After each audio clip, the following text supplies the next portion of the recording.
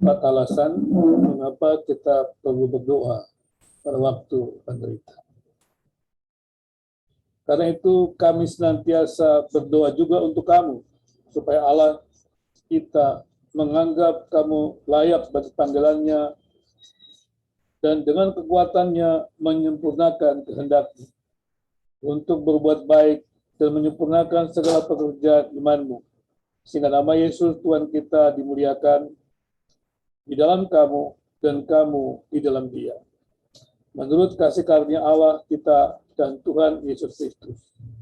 2 Tesalonika 1 ayat 11 sampai 12. Paulus mendorong jemaat Tesalonika untuk setia hidup dalam Tuhan ketika menghadapi penderitaan.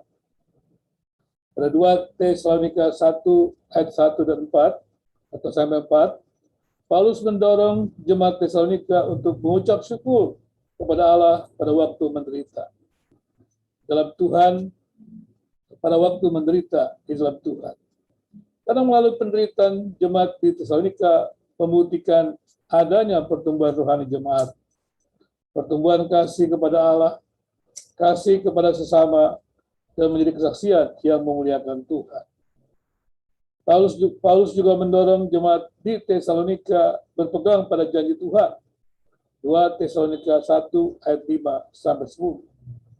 Karena melalui penderitaan dalam Tuhan, jemaat di Tesalonika layak menjadi umat kerajaan Allah. Dan Allah akan membalas setiap perbuatan orang setimpal dengan perbuatan. Kita tahu itu adalah hukum tabur Tuhan.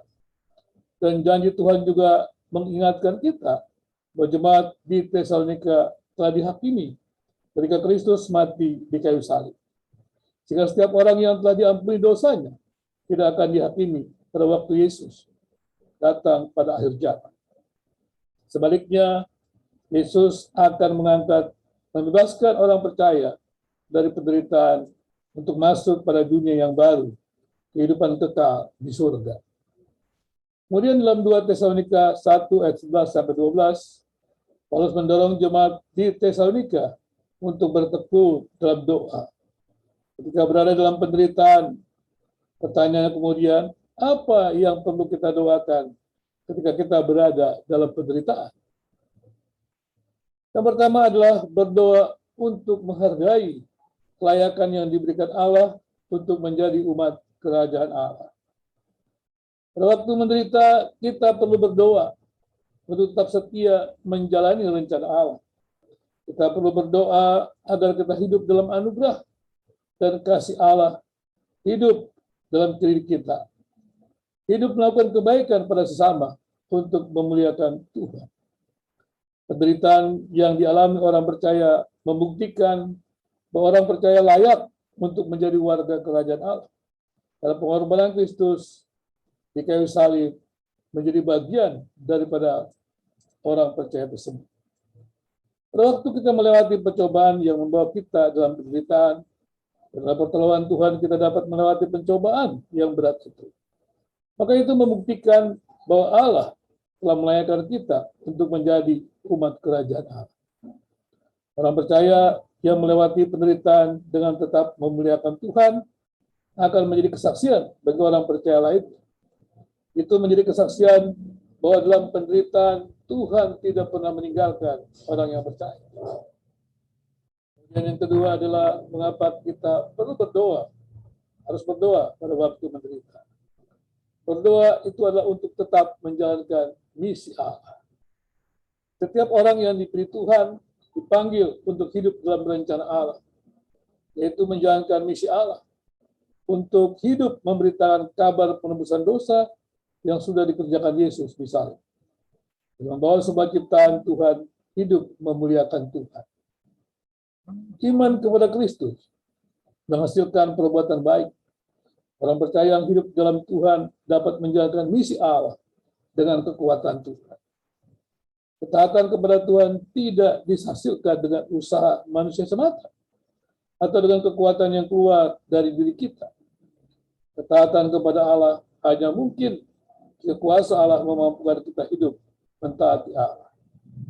Jika kita beriman kepada Allah, percaya kepada Allah, maka kita akan menerima kuasa Allah itu.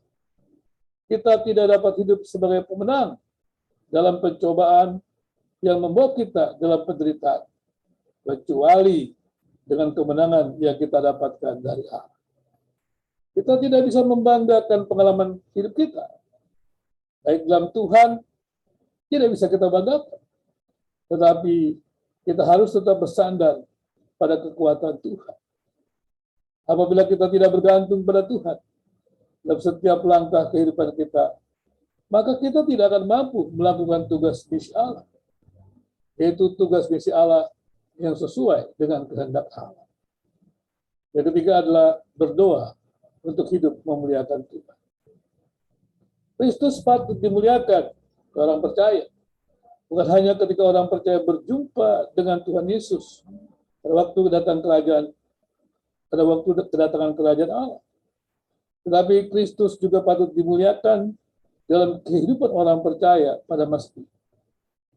Jika kita merindukan memuliakan Tuhan pada waktu berjumpa dengan Kristus, maka pada waktu orang percaya diizinkan menderita untuk kemuliaan Allah, orang percaya perlu berdoa melalui penderitaan yang dialaminya, agar Tuhan Yesus dimuliakan. Anugerah Kristus hadir membawa kemuliaan bagi orang percaya.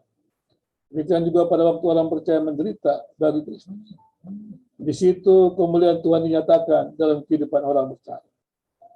Kemuliaan Tuhan dinyatakan dalam hidup orang percaya itu karena anugerah Tuhan, sehingga segala kemuliaan hanya bagi Tuhan.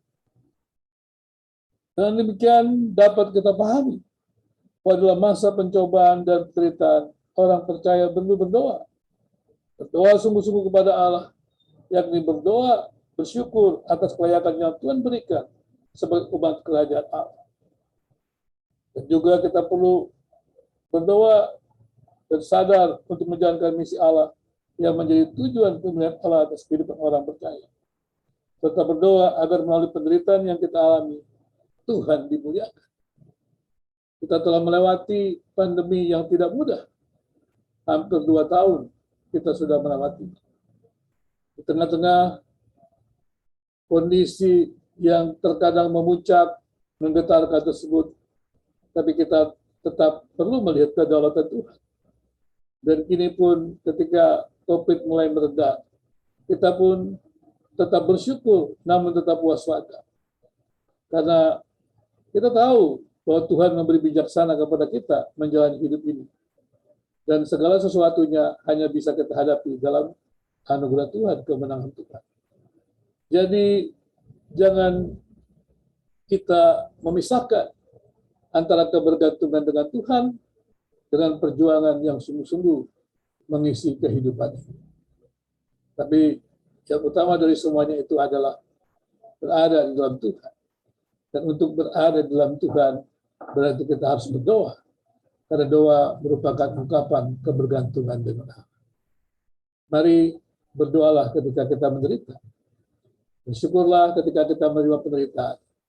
Tetaplah menjalankan misi Allah. Dan Tuhan yang dimuliakan itu setia untuk memelihara kita semua. Tuhan memberkati.